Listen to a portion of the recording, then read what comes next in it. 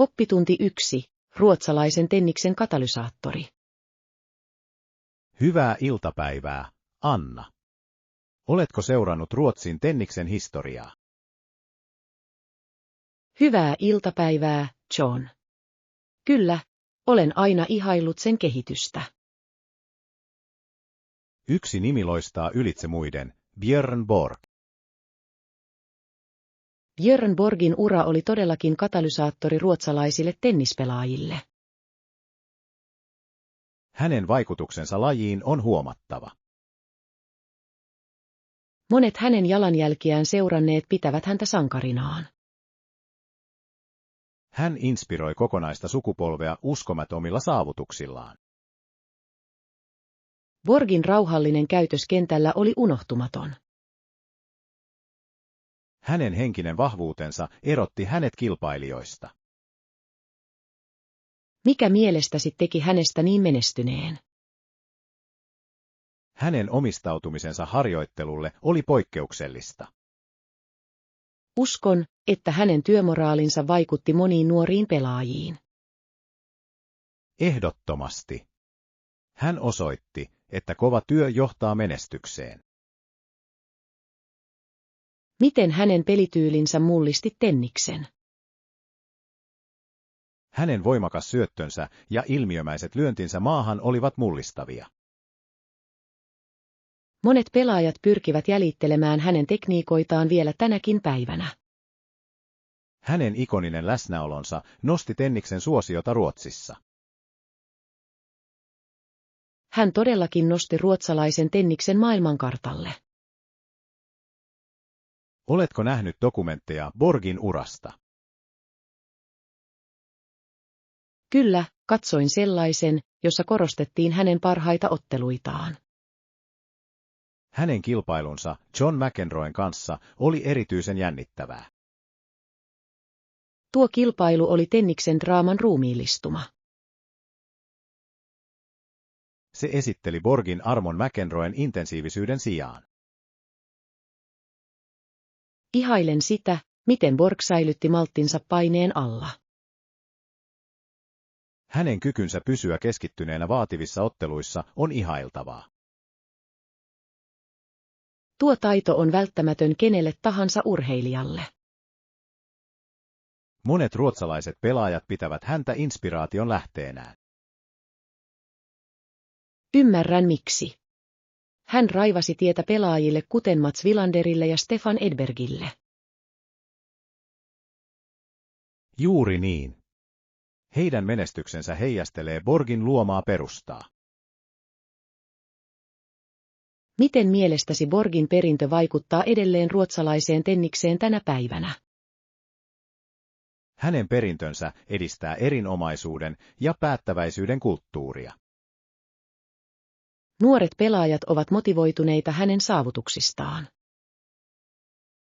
Kyllä, he pitävät häntä enemmän kuin pelaajana. Hän on ikoni. On tärkeää, että menestyvät urheilijat inspiroivat seuraavaa sukupolvea. Roolimallit voivat todellakin vaikuttaa merkittävästi tuleviin urheilijoihin. Uskon, että Borgin tarina osoittaa, että suuruus on saavutettavissa. Hänen matkansa osoittaa, että omistautumisella ja lahjakkuudella voidaan saavuttaa huomattavia korkeuksia.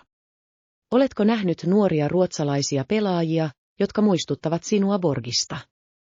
Kyllä, Ruotsin tenniksessä on nousemassa useita lupaavia kykyjä. On jännittävää nähdä, miten he jatkavat hänen perintöään.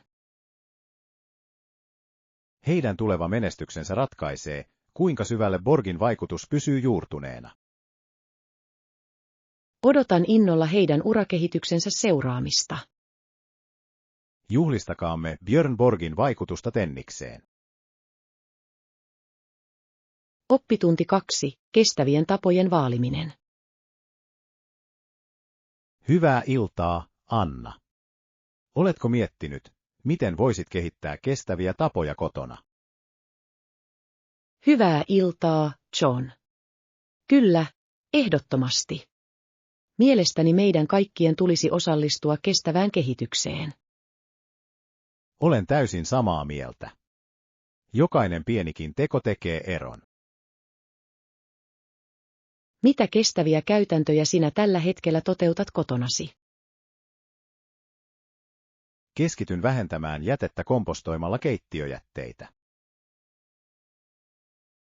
Se on erinomainen käytäntö.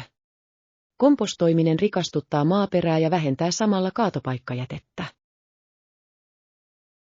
Kyllä, minusta on palkitsevaa luoda ravinnepitoista kompostia puutarhaani. Minäkin haluan aloittaa kompostoinnin. Miten sinä aloitit? Aloitin varaamalla kompostille erillisen astian. Se on hyvin yksinkertaista. Kuulostaa ihan hallittavalta. Harkitsen roskiksen hankkimista. Voit myös harkita kierrätystä yhtenä kestävän kehityksen mukaisena tapana.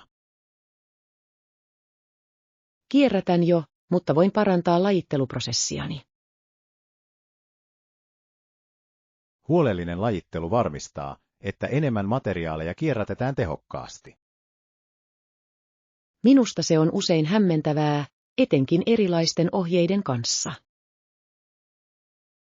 Monet kaupungit tarjoavat resursseja, jotka selittävät kierrätyssääntöjä. Tarkistan, mitä resursseja alueellani on saatavilla. Hyvä idea. Lisäksi voisit vähentää kertakäyttömuovien käyttöä.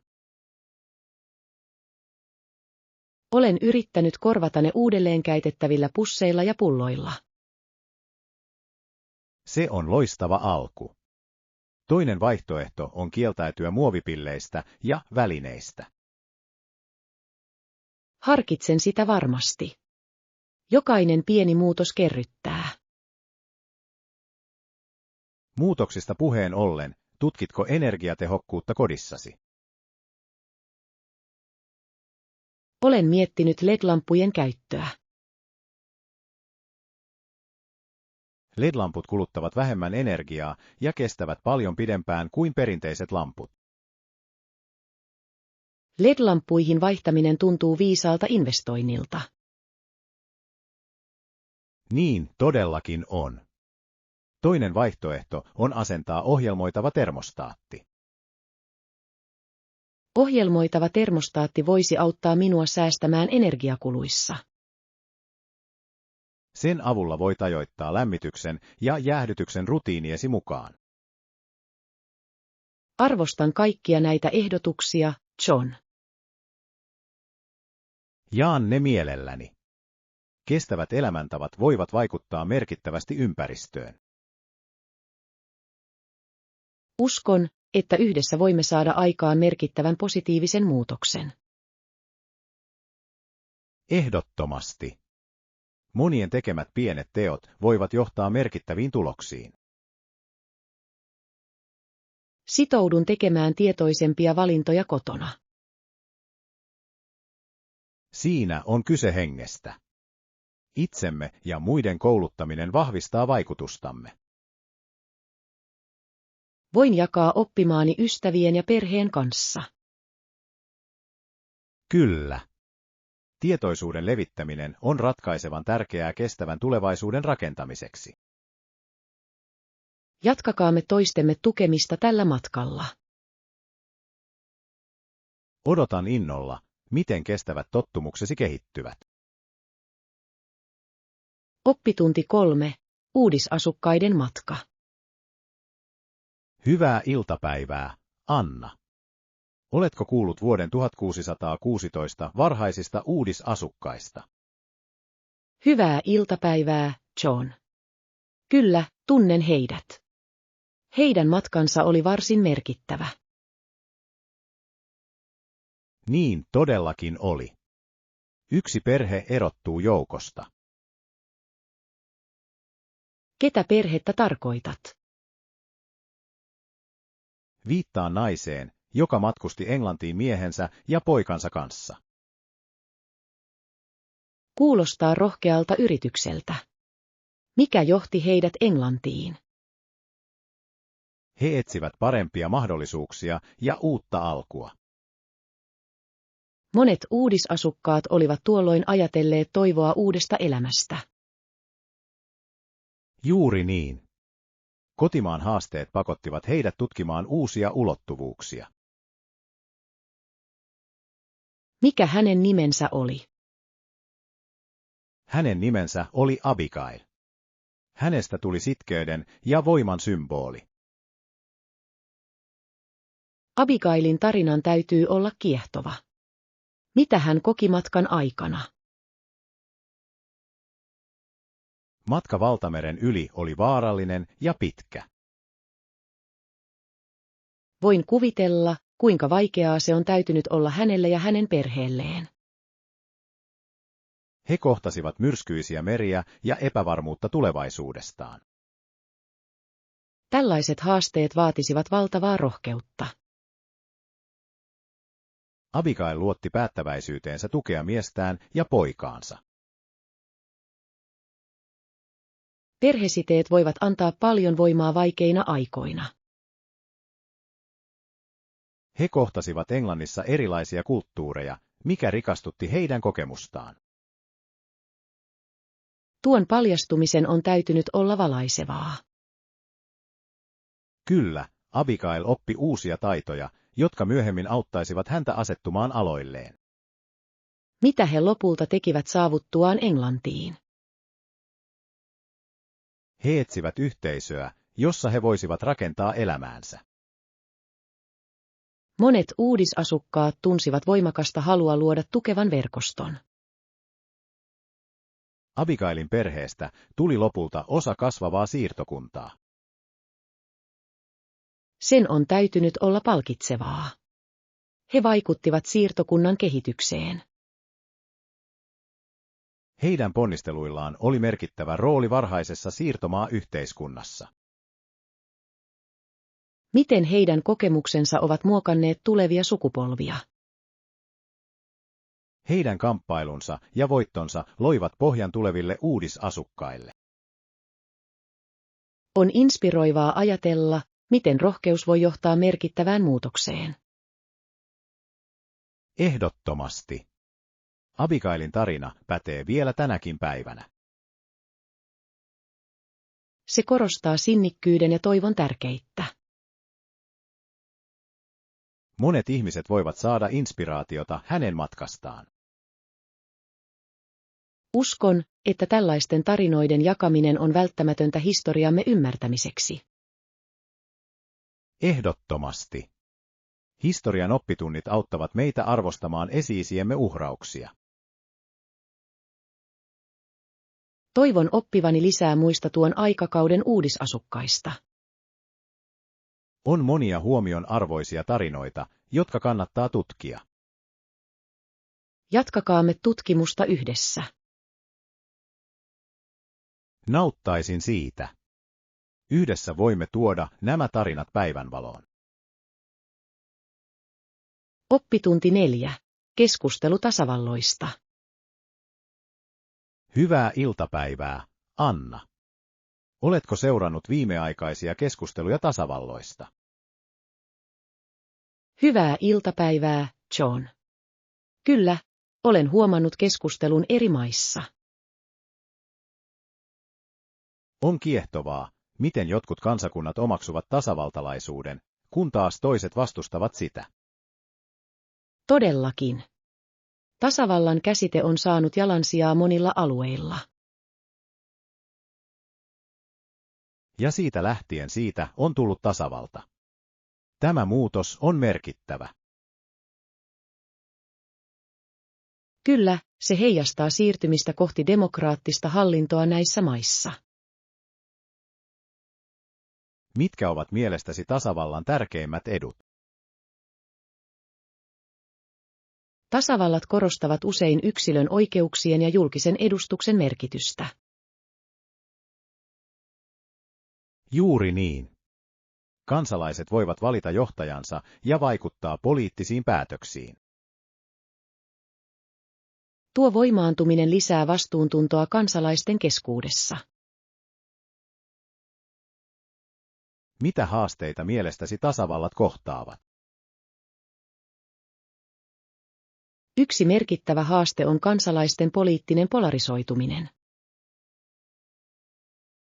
Poliittinen polarisoituminen voi johtaa hallinnon umpikujaan.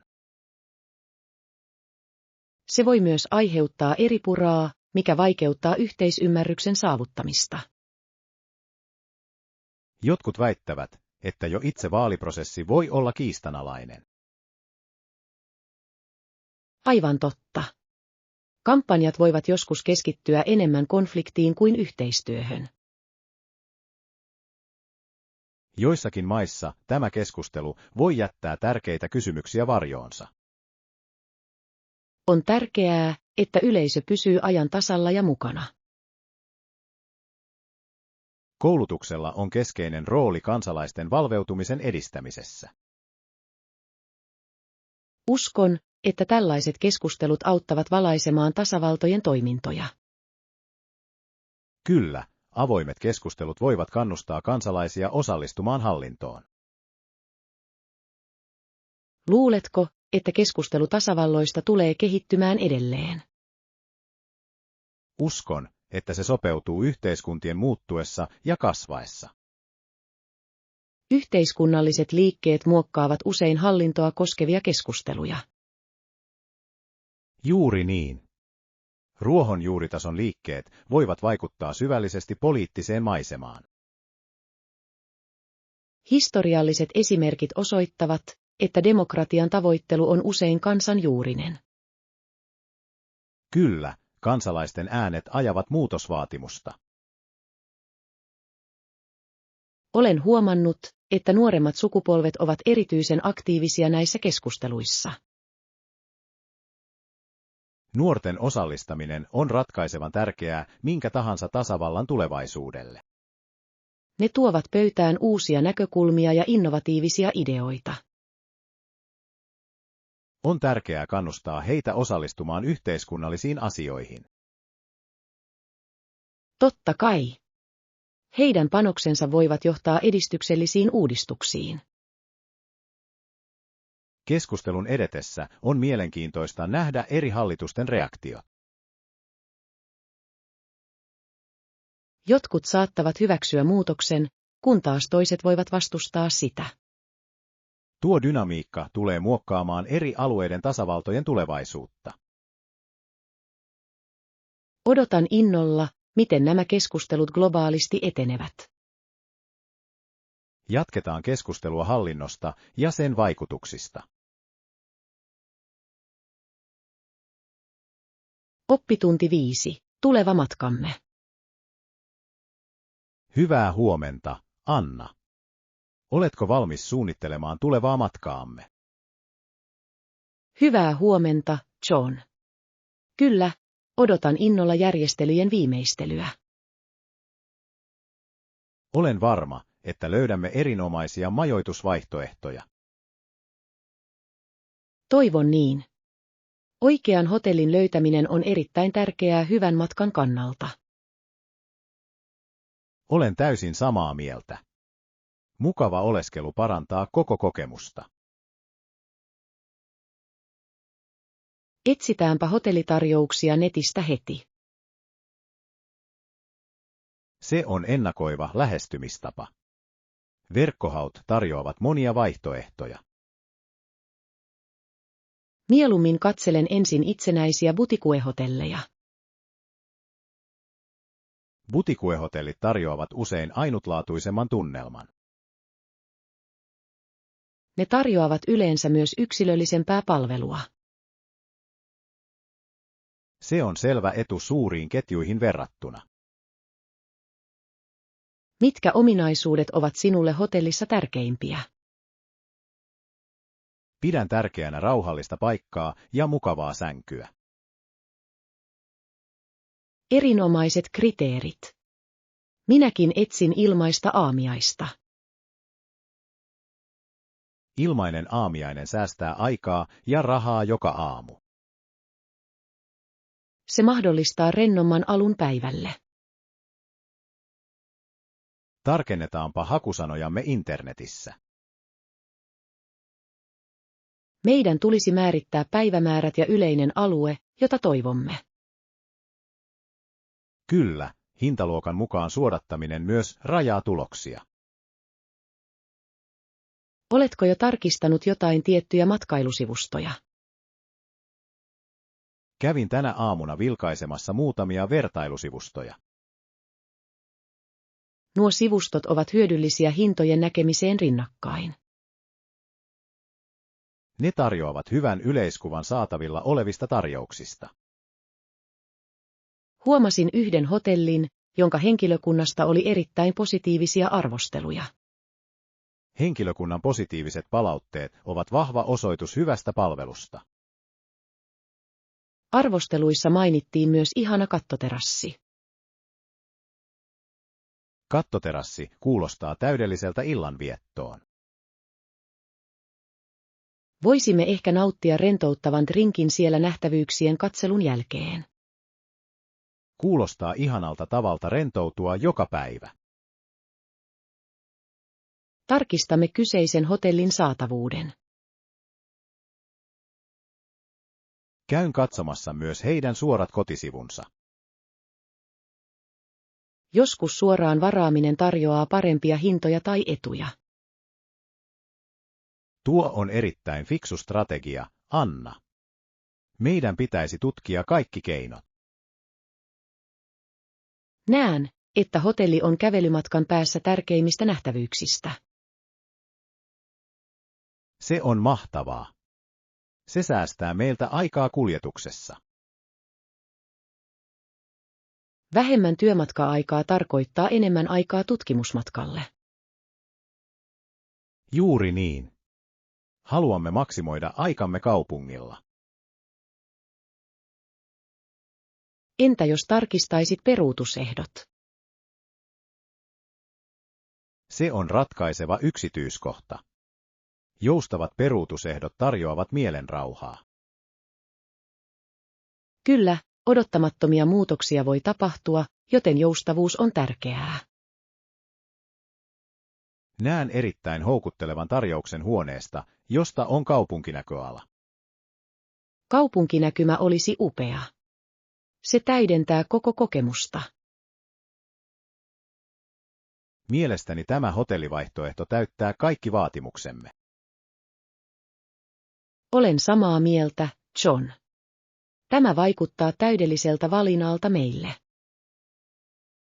Jatketaanko nyt varausprosessia? Kyllä, hankitaan tämä upea diili heti.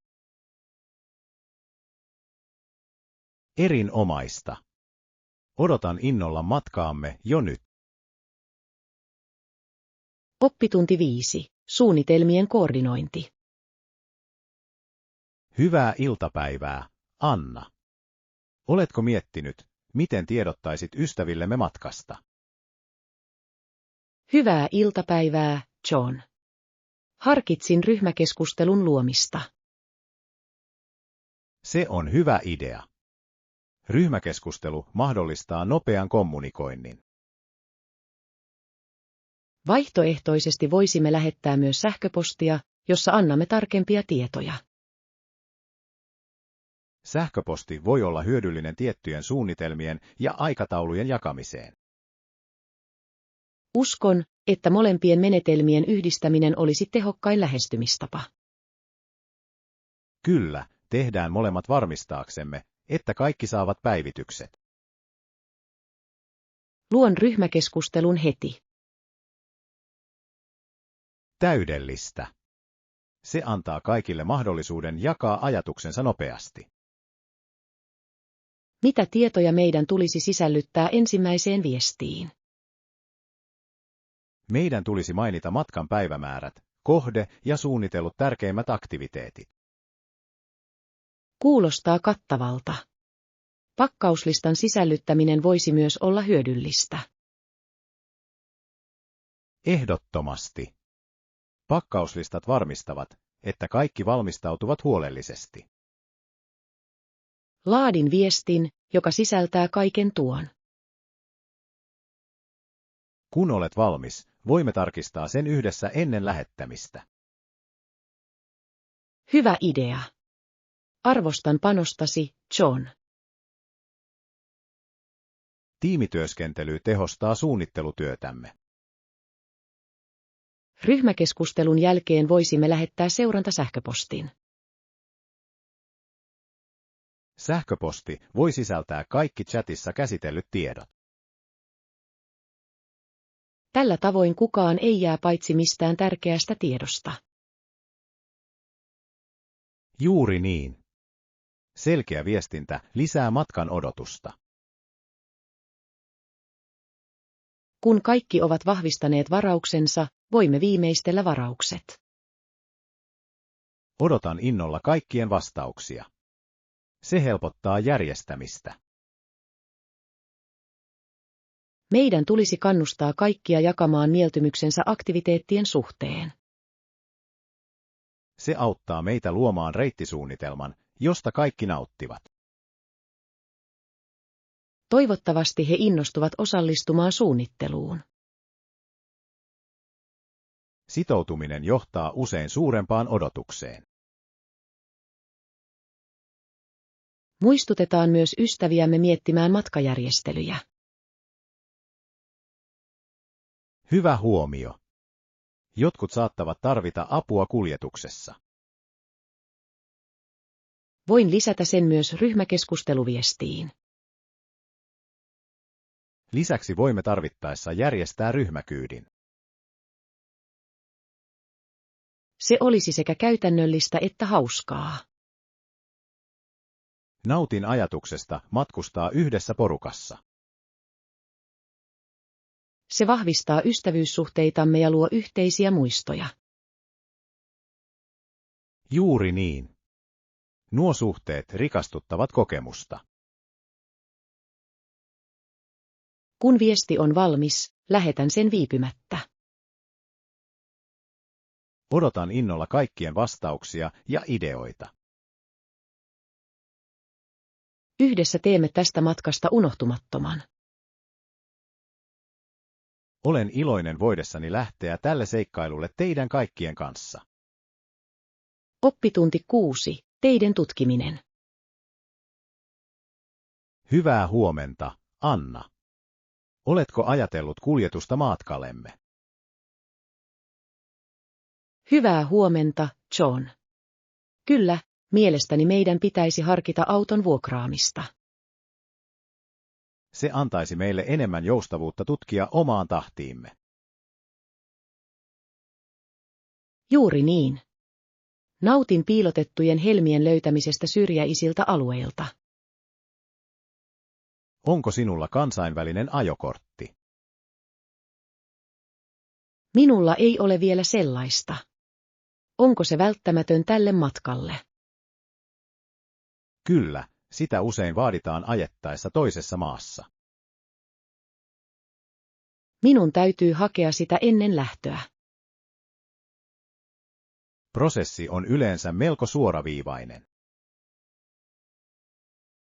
Arvostan ennakkoilmoitusta. Kuinka kauan sen saaminen yleensä kestää? Se voi vaihdella, mutta useimmat palvelut käsittelevät hakemukset nopeasti, usein muutamassa päivässä. Se on rauhoittavaa. Aion priorisoida sen tekemistä. Kun olet saanut luvan, voimme viimeistellä auton vuokrauksen. Minkä tyyppinen auto mielestäsi olisi paras matkoillemme? Suosittelen kompaktia ajoneuvoa helppoon liikkumiseen kaupunkialueella. Kompakti auto on myös yleensä polttoainetehokkaampi. Kyllä, tankkausvaihtoehdot voivat säästää rahaa matkan aikana. Mitä ominaisuuksia pidät vuokra-autossamme olennaisina? GPS-järjestelmä olisi erittäin hyödyllinen tuntemattomilla teillä liikkumiseen. Se varmasti lievittäisi eksymisestä johtuvaa stressiä. Lisäksi ilmastointi voisi parantaa mukavuuttamme. Tämä pätee erityisesti, jos matkustamme lämpimämpään ilmastoon. Oletko harkinnut vuokrausyritysten tarjoamia vakuutusvaihtoehtoja? En ole vielä. Onko vakuutuksen ostaminen välttämätöntä? On suositeltavaa tarkistaa heidän tarjoamansa vakuutusturva. Ehtojen ymmärtäminen suojelisi meitä onnettomuuden sattuessa. Todellakin. On parempi olla varautunut kaikkiin odottamattomiin tilanteisiin. Aion tiedustella vakuutuksesta varauksen yhteydessä. Se on viisas päätös. Turvallisuuden tulisi aina olla etusijalla. Olen innoissani voidessani olla itsenäinen samalla kun tutkin ympäristöä. Autolla ajaminen antaa meille mahdollisuuden luoda oman matkasuunnitelmamme ja tutkia ympäristöä haluamallamme tavalla. Onko sinulla mielessäsi tiettyjä kohteita, joita meidän pitäisi priorisoida? Haluaisin kovasti vierailla joillakin rannikon näköalapaikoilla. Rannikkonäkymät voivat olla henkeä salpaavia. Ne luovat ikimuistoisia kokemuksia. Meidän kannattaa myös harkita paikallisilla markkinoilla pysähtymistä aidon ruoan ostamiseksi. Olen samaa mieltä. Paikallisen ruoan kokeminen on yksi matkustamisen kohokohdista. Se lisää aitoutta ja yhdistää meidät kulttuuriin. Odotan innolla uusien makujen kokeilemista ja uusiin paikkoihin tutustumista. Suunnitellaan matkamme huolellisesti. Ideoidesi ja minun valmistelujeni avulla siitä tulee unohtumaton matka. Odotan innolla, että pääsen tien päälle kanssasi. Seikkailu odottaa meitä. Oppitunti 7. New Yorkin arkkitehtuurin ihmeet. Hyvää iltapäivää, Anna. Oletko koskaan tutustunut New Yorkin mielenkiintoisiin rakennuksiin? Hyvää iltapäivää, John. Kyllä, olen aina ollut kiehtova siellä olevasta arkkitehtuurista. New Yorkissa on ikonisia rakennuksia. Esimerkiksi Woolworth Building erottuu edukseen. Woolworth Building on klassinen esimerkki goottilaisesta uusgoottilaisesta arkkitehtuurista. Se oli maailman korkein rakennus valmistuessaan vuonna 1913. Se on huomion arvoista. Sen koristeelliset yksityiskohdat ovat todella vaikuttavia. Toinen silmiinpistävä rakennus on Chrysler Building, joka on Art Deco-suunnittelun mestariteos. Olen aina ihaillut Chrysler Buildingin tornia. Se on omaleimainen ja elegantti. Juuri niin. Se vangitsee aikakauden ytimen kauniisti. Uskon, että se valmistui vuonna 1930 ja siinä oli monia innovatiivisia suunnitteluelementtejä. Kyllä, siinä käytetään ainutlaatuista yhdistelmää takaiskuja ja koristeaiheita. Rakennuksen gargoyle-patsaat lisäävät luonnetta ja viehätystä. Ne todellakin vaikuttavat sen ainutlaatuisuuteen. Oletko käynyt Empire State Buildingissa? Niin on. Empire State Building on yksi maailman tunnetuimmista pilvenpiirtäjistä. Sen Art Deco-tyyli on ikoninen. Näkymät näköalatasanteelta ovat henkeä salpaavat. Ehdottomasti. Muistan tunteneeni kunnioitusta ylhäältä päin näkyvää kaupungin siluettia kohtaan. Rakennuksessa on aikakautensa symboleja, kuten kaunis aulakatto. Pidän erityisesti siitä, miten aulassa on esillä monimutkaista käsityötaitoa. New Yorkissa on monia arkkitehtonisia helmiä näiden kolmen maamerkin lisäksi. Kyllä, siellä on lukemattomia rakennuksia, joilla on kiehtova historia. Oletko käynyt Flatiron Buildingissa? Sen ainutlaatuinen kolmion muoto on kiehtova. Olen nähnyt sen valokuvissa, mutta minun täytyy käydä katsomassa sitä itse. Tulet olemaan vaikuttunut. Flatiron Buildingilla on omaleimainen viehätyksensä. Olen myös kuullut One World Trade Centeristä. Se on sitkeyden symboli. Kyllä, One World Trade Center seisoo korkealla kaupungin vahvuuden kunnianosoituksena. Monet ihmiset käyvät muistelemassa ja osoittamassa kunnioitusta. One World Trade Centerin suunnittelu on modernia, mutta samalla kunnioittaa sen historiaa. Arvostan sitä, miten arkkitehtuuri voi kertoa tarinoita ja herättää tunteita. Rakennukset edustavat usein aikansa kulttuurillista ja historiallista kontekstia. Niiden taustalla olevien tarinoiden tunteminen rikastuttaa vierailukokemusta. Suosittelen opastettua arkkitehtuurikierrosta seuraavalla vierailullasi.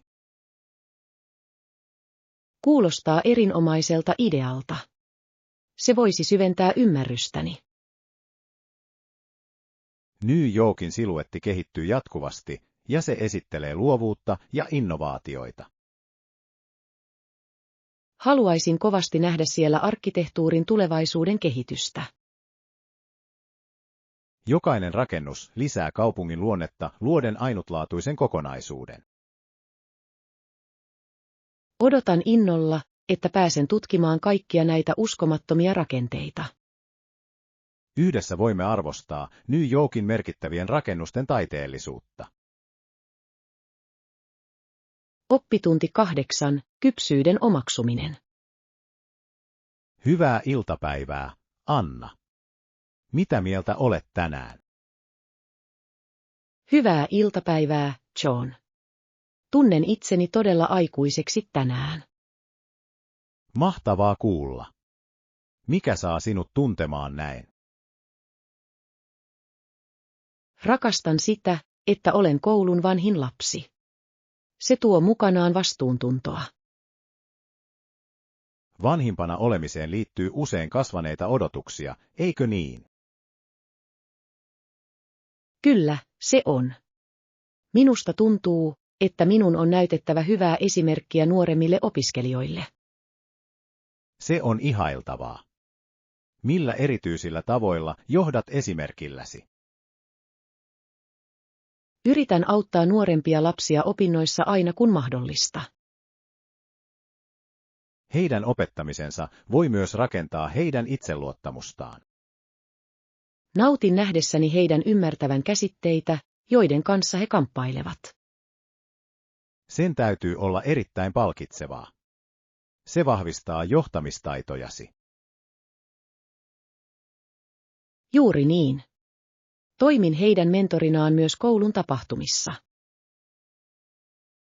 Tapahtumiin osallistuminen vahvistaa koulun henkeä, eikö niin? Kyllä, se on. Olen ylpeä voidessani kannustaa osallistumiseen. Mitä mieltä olet roolistasi harrastustoiminnassa? Pidän niitä erinomaisina tilaisuuksina henkilökohtaiseen kasvuun. Ne todellakin antavat opiskelijoille mahdollisuuden tutkia kiinnostuksen kohteitaan ja kykyjään. Liityin oppilaskunnan jäseneksi, jotta minulla olisi sananvaltaa koulun päätöksenteossa.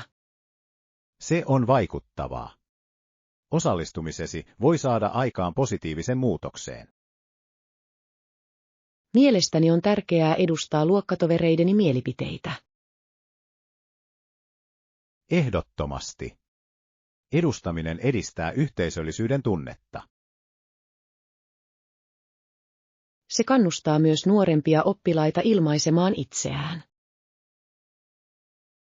Tunnetko paineita säilyttää vanhimman oppilaan roolisi? Joskus tunnen paineita, mutta hyväksyn ne osana kasvamista. Haasteiden hyväksyminen on elintärkeä taito aikuisuudessa. Haluan olla tukia kaikille ympärilläni oleville. Halukkuutesi auttaa muita on merkki kypsyydestä. Kiitos, John. Arvostan kannustustasi. Mitä tavoitteita olet asettanut itsellesi tälle vuodelle? Haluan parantaa arvosanojani ja kehittää johtamistaitojani. Nuo ovat kiitettäviä tavoitteita. Niiden saavuttaminen lisää itseluottamustasi. Aion myös järjestää lisää aktiviteetteja nuoremmille oppilaille. Se luo iloisen ilmapiirin ja vahvistaa ystävyyssuhteita. Kyllä, yhteydenpito on minulle tärkeää. On inspiroivaa nähdä sinun ottavan noin vastuuta noin nuorena. Uskon, että voin vaikuttaa asioihin, jopa opiskelijana. Kyllä vain. Näkökulmasi on arvokas. Kiitos, että uskoit minuun, John. Kasvusi inspiroi muita, Anna. Toivon niin. Yhdessä voimme rakentaa tukevan kouluympäristön. Odotan innolla, että näen sinun menestyvän johtajan roolissasi. Oppitunti 9. Pakkaaminen menestystä varten. Hyvää iltapäivää, Anna. Oletko aloittanut valmistautumisen tulevaa matkaamme varten? Hyvää iltapäivää, John. Olen aloittanut, mutta minulla on aina vaikeuksia sen kanssa, mitä ottaa mukaan. Kyllä, voi olla vaikea päättää, mikä on olennaista ja mikä voidaan jättää pois. Juuri niin. Pakkaan usein liikaa tavaraa enkä käytä siitä puoliakaan. Ymmärrän. Hyvin harkittu pakkauslista voi lievittää sitä stressiä.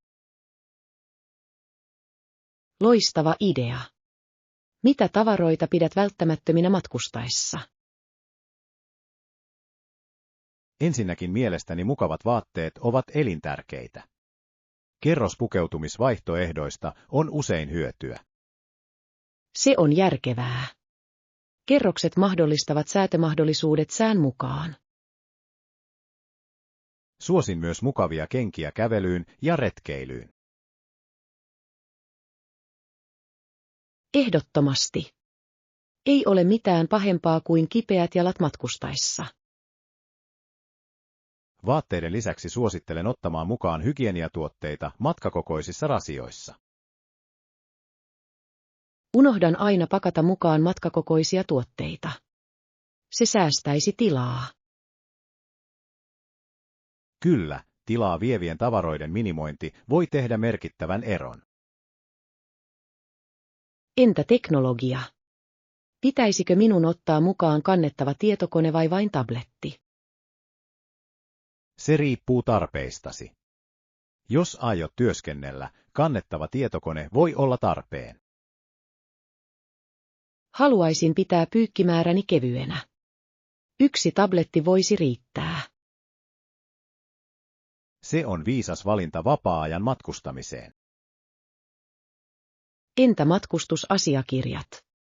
Onko teillä järjestelmä niiden järjestämiseksi? Suosittelen laittamaan kaikki tärkeät asiakirjat matkalaukkuun tai kansioon. Järjestelmälliset asiakirjat säästävät varmasti aikaa sisäänkirjautumisissa. Todellakin. Se estää papereiden etsimisen vaivan viime hetkellä. Pitäisikö minun myös harkita eväiden pakkaamista matkalle? Välipalat ovat erinomainen idea.